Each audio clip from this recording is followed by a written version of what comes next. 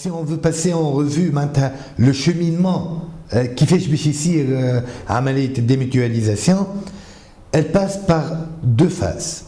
La phase l'oulania, c'est la constitution de la société AMI SA, si j'ose l'appeler ainsi. Le nom, comment ça va être appelé, mais très fort probablement ils vont garder le nom commercial AMI. Ils à l'extension SA, je présume. Donc, pour le volet juridique, on va passer de forme de mutuelle en SA. S'arrêtent les formalités juridiques, tous les problèmes juridiques inhérents, le passage des contrats, le transfert de propriété des biens, ou avec tout ça. Rataoui qu'à l'aspect financier. Donc, il nous faut un capital initial. Le capital initial, il est formé par tous les adhérents le 28 décembre 2013. À peu près 65 000 pour arrondir les chiffres. Donc, il y a un capital initial de 1 300 000 dinars. C'est le capital initial. Mais l'évaluation l'évaluation de sorte à faire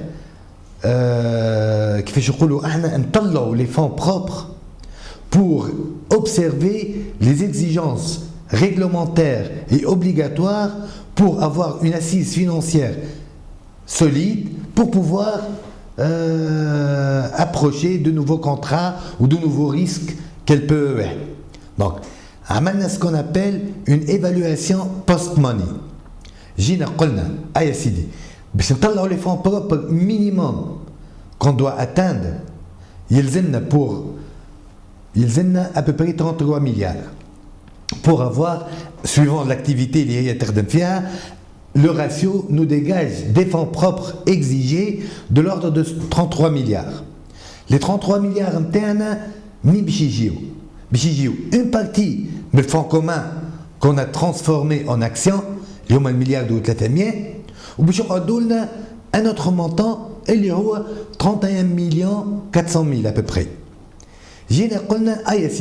Supposons qu'on a les 31 milliards, le niveau minimum les fonds propres exigés.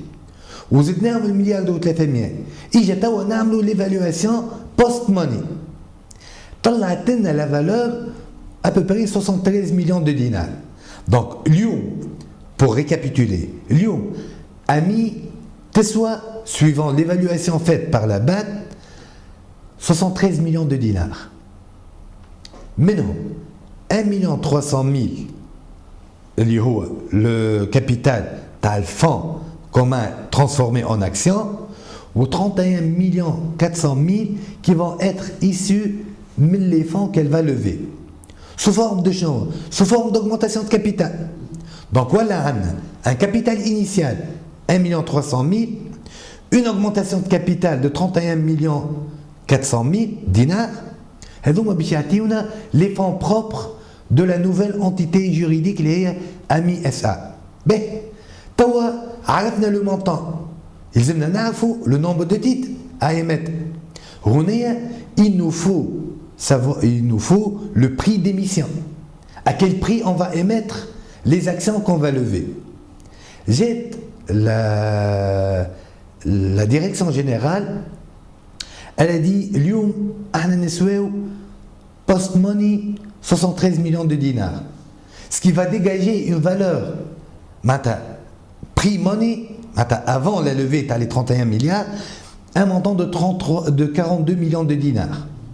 Les 42 millions de dinars, ils vont représenter les fonds propres de qui? Du fonds initial, il y a 1 300 000 actions. J'ai le 42 millions de dinars. Ça me donne 1 300 000 actions. On a dégagé la valeur de l'action.